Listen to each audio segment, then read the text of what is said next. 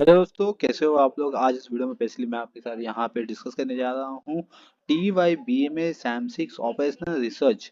और ये question paper है 2022 नवंबर और विद सॉल्यूशंस। ठीक है, तो यहाँ पे इसके सॉल्यूशंस के बारे में हम थोड़ा डिस्कस करेंगे, जो कि नवंबर 2022 का क्वेश्चन पेपर है। ठीक है, इसका लिंक आपको डिस्क्रिप्शन बॉक्स में मिल जाएगा, वहाँ से आप PDF डाउनलोड कर सकते हो। देखिए, क्वेश्चन पेपर का अभी तो सोल्यूशन यहाँ पे दे सकते हो, उसका लिंक मैं दे दूंगा डिस्क्रिप्शन बॉक्स में। हर एक क्वेश्चन का सोल्यूशन भी आपको मिल जाएगा विद वीडियो विद PDF। ठीक है, आप उसको देख सकते हो, लिंक मैं डिस्क्रिप्शन बॉक्स में दे दिया है। ठीक है, तो जो आपका फर्स्ट क्वेश्चन आता है, जैसे आपने पेपर पैटर्न देख लिया है पहले भी, तो इसमें क्या आता है, ऑब्जेक्टिव्स आता है 15 मार्क्स के लिए, राइट। तो इसमें फर्स्ट जो दिया हुआ है वो 8 मार्क्स के लिए दिया है, ट्रू एंड फॉल्स है। अटेम्प्ट एनी 8 लिखा हुआ है। ठीक है, कोई भी 8 ही करना है आपको इसके अंदर, आप 10 के 10 कर सकते हो।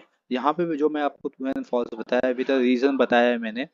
ठीक है, ताकि आपको ये कहीं ना कहीं आपके जो आंसर्स होते हैं वहां पे भी यूज हो जाए और आपके ऑब्जेक्टिव्स में भी यूज हो जाए। ठीक है, तो चलिए यहाँ पे देखते हैं ऑपरेशनल रिसर्च जो क्वेश्चन है। Operational research methodology consist of the definition solution and validation only. तो ये क्वेश्चन है।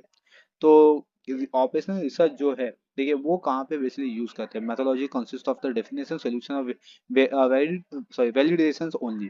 तो इसके लिए सिर्फ ऑपरेशनल रिसर्च यूज किया जाता है क्या, उसका मीनिंग ये होता है क्या। तो इसका आंसर है फॉल्स। ठीक है, उसके लिए सिर्फ हम यूज नहीं करते हैं। ठीक है, बेसिकली है क्या ऑपरेशन रिसर्च, ये समझ लेते हैं। Operation research methodology typically involve problem formulations, model constructions, solutions, validations and implementation Paris.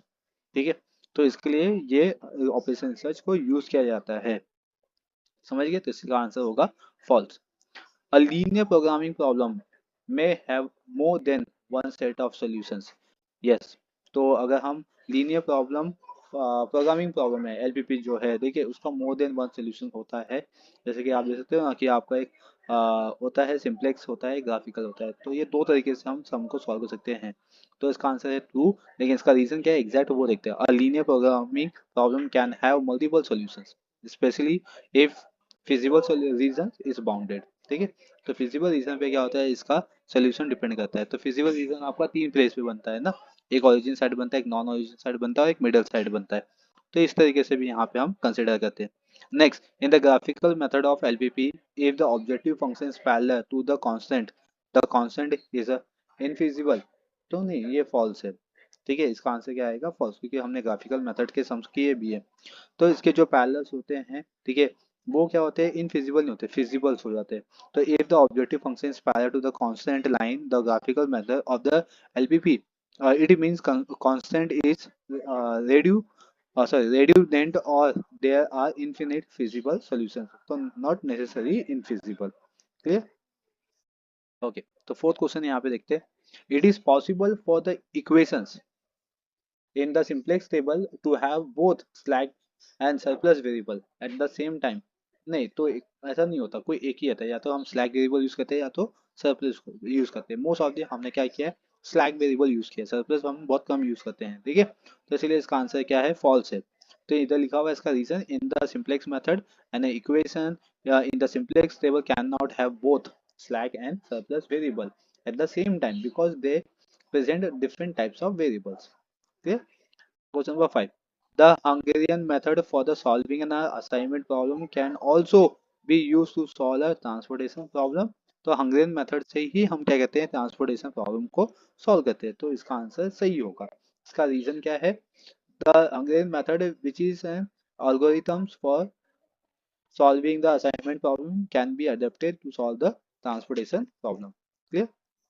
आते हैं अभी क्वेश्चन नंबर 6 पे। रिग्रेड matrix is made to convert the maximization problem into the minimization problem। इसका आंसर होगा false। ठीक है, तो हम रिग्रेट मैट्रिक्स ज्यादातर कहाँ पे यूज करते हैं वो देखते हैं। तो false इसका आंसर।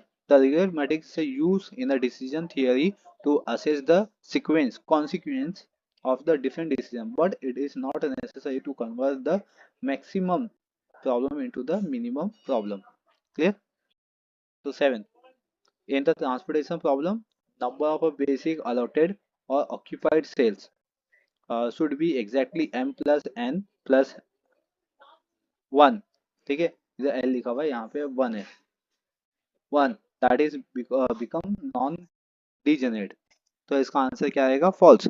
तो ये ऐसा नहीं होता, ठीक है। और यहाँ पे क्या दिया हुआ है, +1 दिया हुआ है, ठीक है। तो +1 नहीं होता है, यहाँ पे क्या होता है अपना माइनस होता है, क्योंकि जब भी हम ट्रांसपोर्टेशन प्रॉब्लम सॉल्व करते हैं तो उसमें डिजेनरेसी नॉन डिजेनरेसी कैलकुलेट करने के लिए रीम कंडीशन लेते हैं। तो रीम कंडीशन क्या होता है, m+n-1 equals to number of allocation, right ना। तो इसमें प्लस दिया हुआ है, तो ये आंसर क्या आएगा, फॉल्स। तो इसका रीजन दिया रहेगा यहाँ पे, देख सकते हो m+n-1।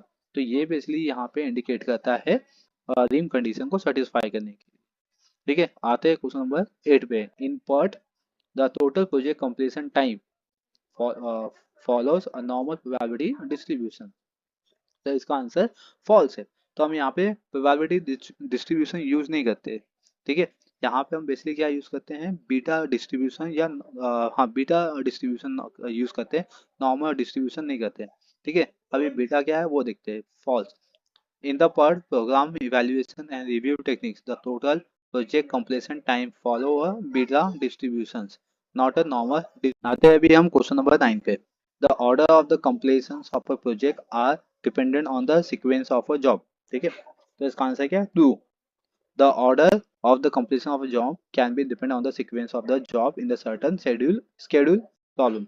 जब भी हम जॉब वाले सम करते हैं यानी कि असाइनमेंट वाले प्रॉब्लम सॉल्व करते हैं, तो उसमें बेसिकली क्या रहता है आपका, कि हम ऑर्डर देखते हैं, ठीक है। रो इक्वल्स टू कॉलम होना चाहिए, तो अभी हम उसको सही तरीके से सॉल्व कर सकते हैं। यानी कि आपकी जो जॉब का ऑर्डर है वो एक दूसरे पे डिपेंडेंट होता है, इसलिए इसका आंसर क्या आएगा, ट्रू। आते हैं अभी क्वेश्चन नंबर 10 पे। Different saddle point is the same payoff matrix always have the same payoff. तो इसका आंसर आएगा फॉल्स, नहीं होता ना कभी भी, क्योंकि सेटल पॉइंट में अपना आंसर और सेम मैट्रिक्स जो फॉर्मेट है उसमें चेंजेस आते रहता है, तो ऐसा सेम नहीं होता, इसलिए आंसर क्या आएगा, फॉल्स, ठीक है। आते हैं अभी क्वेश्चन नंबर 1 का B part. Match the right and closely related answers. अभी क्वेश्चन नंबर 1 के बी पार्ट पे, match the right and closely related answers from the column Y with the terms और text given in the column X. Attempt any 7 है, ठीक है। तो यहाँ पे देख सकते हो क्वेश्चन, क्वेश्चन में क्या दिया हुआ है, यहाँ पे कॉलम एक्स में यहाँ पे क्वेश्चन दिया गया, जैसे की कॉलम है, फिजिबल रीजन है, वैम है, ठीक है, डमी और कॉलम है, row and column, N W C R है, cost flow in the crashing है, टोटल फ्लोट वैल्यूज है, और shortest activities in the time part है, मिक्स स्ट्रैटेजी गेम है, और प्रोसेसिंग टाइम है, ठीक है। अभी की कॉलम होता है क्या है बेसिकली वो देखते हैं। तो यहाँ पे की कॉलम को हम क्या बोलते हैं, जैसे अभी हम ये कहते हैं सिंप्लेक्स मेथड, ठीक है। तो की कॉलम में क्या आता है आपका, तो इसमें सिंप्लेक्स वर्ड आता है ना, सिंप्लेक्स वाला, तो मतलब कि की कॉलम का आंसर क्या रहेगा इसमें, incoming variable in a simplex, ठीक है। जिसका सोल्यूशन आपको यहाँ पे मिल जाएगा, देख सकते हो। नेक्स्ट थिंग, फिजिबल रीजन, ठीक है। तो सेकंड क्वेश्चन क्या है अपना, फिजिबल रीजन, तो इसका आंसर क्या बनेगा, reason of feasible solution, clear. फिर वैम मेथड है, वैम मेथड में क्या आता है अपना, top left side corner of the side, clear. फिर डमी रो और कॉलम, डमी रो और कॉलम में क्या होता है कि अनबैलेंस प्रॉब्लम में हम क्या करते हैं, डमी को यूज करते हैं, ठीक है। जिसमें रो और कॉलम इक्वल नहीं होता तो हम वहाँ पे डमी यूज कर लेते हैं। एन डब्ल्यू सी आर में क्या होता है, मेथड ऑफ पेनल्टीज, ठीक है। एक सेकेंड, यहाँ पे आंसर थोड़ा सा रॉन्ग हुआ है, क्योंकि यहाँ पे north west corner rule, north west corner rule का अपना आंसर आएगा top left side corner of the side, ठीक है। और इसमें आएगा मेथड ऑफ पेनल्टीज, मतलब अपना ये जो आंसर है, अपना जो ये इधर आएगा,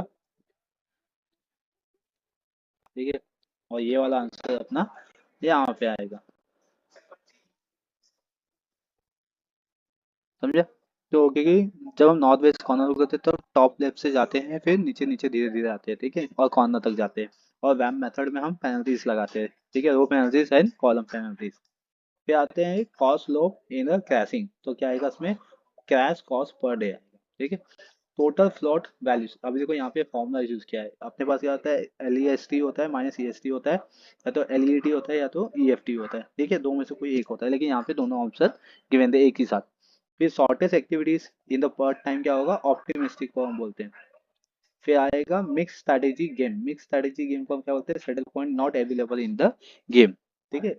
फिर लास्ट वन है अपना प्रोसेसिंग टाइम, प्रोसेसिंग टाइम कहाँ पे यूज करते हैं हम लोग, time required by the job और एनी मशीन, क्लियर। तो इस तरीके से यहाँ पे आप अपने ऑब्जेक्टिव्स के आंसर लिख सकते हो। तो ये मैंने 10 के 10 यहाँ पे क्वेश्चन के आंसर लिए हुए हैं मैच द फॉलोइंग में और ट्रू एंड फॉल्स के अंदर विद रीजन दिया हुआ है यहाँ पे, ताकि आपको इजी हो जाए समझने के लिए। अब जो अपने पास नेक्स्ट क्वेश्चन है, क्वेश्चन नंबर 2, ठीक है, इसके लिए हम थोड़ा सॉल्व देखेंगे, ठीक है, अच्छी तरीके से सॉल्व करेंगे इसको, ईच एंड एवरी पॉइंट को सॉल्व करके समझेंगे कि किस तरीके से सॉल्व कर सकते हैं। और क्वेश्चन नंबर 2 का बी पार्ट भी, ठीक है। ओके, तो ये जो क्वेश्चन नंबर 2 का बी पार्ट है, इसमें सिंप्लेक्स मेथड है। तो ये हम यहाँ पे सॉल्व करेंगे बोर्ड में और उसको अच्छी तरीके से समझेंगे। तो अब जो नेक्स्ट लेक्चर होगा वो होगा अपना क्वेश्चन नंबर 2 का ए और क्वेश्चन नंबर 2 का बी, इसी लेक्चर के अंदर हम इसको हम कवर करेंगे। चलिए अब हम मिलेंगे नेक्स्ट वीडियो में। बने रहिए चैनल पे, चैनल को सब्सक्राइब कर लीजिए, बेल आइकन प्रेस कर लीजिए।